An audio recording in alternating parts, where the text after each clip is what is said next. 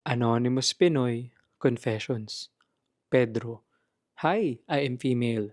This is my deepest secret na never ko pang sinabi kahit kanino. I also need an advice about this since I'm planning to marry my partner now in the future. So I have a boyfriend, si C. We are together for 2 years now and I can say na we are in a healthy relationship. Before ko ma-meet si C, meron akong nakilala na guy, si Pedro.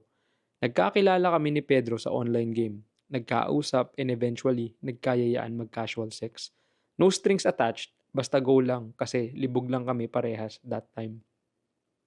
Isang beses lang may nangyari sa amin at after nun, hindi na ulit kami nag-usap about doon na para bang nagkwentuhan lang kami sa coffee shop.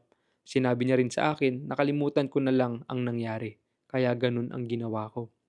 Fast forward, after 3 months, nakilala ko si C. Totoo ngang napakaliit ng mundo dahil si C ay pinsan pala ni Pedro. Wala akong plano at first na magkagusto kay C since magpinsan sila ni Pedro. Although, alam kong kami lang ni Pedro ang nakakaalam nung nangyari sa amin. Pero nangyari na nga ang hindi dapat mangyari. Naging kami ni C and until now, never ko pang sinabi sa kanya yung nangyari sa amin ni Pedro. Please help me out. Ayokong maghiwalay kami ni C dahil lang sa maling desisyon ko in the past.